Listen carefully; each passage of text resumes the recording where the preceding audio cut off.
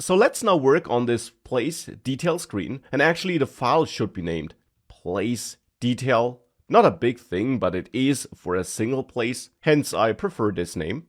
And then in there, in this file, we'll actually change the widget tree quite a lot later, but for the moment I'll set up a basic widget, which I'll name place detail screen, which extends stateless widget because I won't need to manage any state here.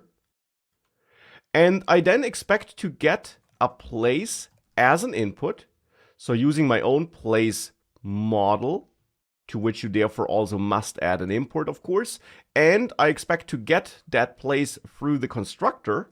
So therefore I add the constructor, accept and forward the key, and also require and set this place.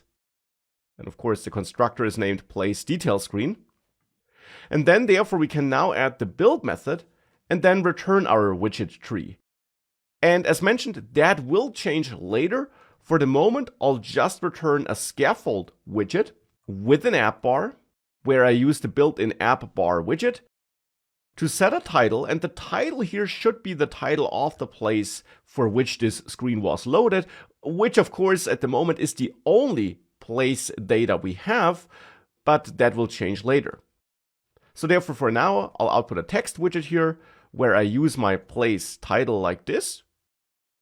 And then for the body here, I won't do too much right now. Instead, I will simply use a center widget and then there also output my title again by again using this text widget.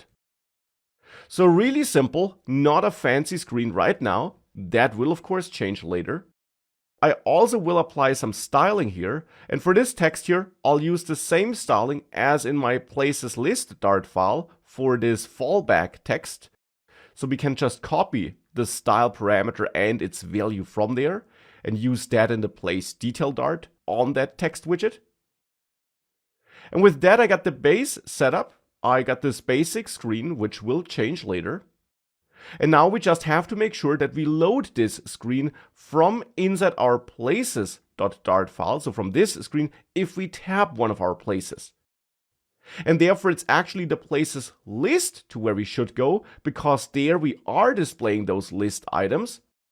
And now on that list tile, I want to add another parameter, the onTap parameter, which is a parameter supported by that widget, which allows me to register a function that is triggered when a user taps a list item.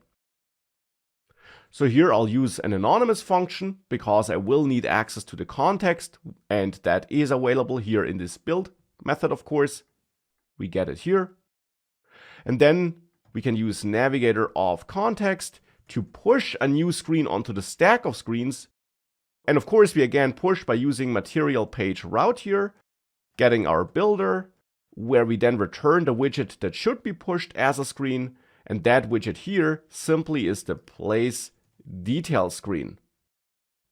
And now we must pass in the place for which we want to load that place detail screen, and we can get that with help of the places for which we're rendering our list items, and then by accessing a specific index, which we get here from the item builder.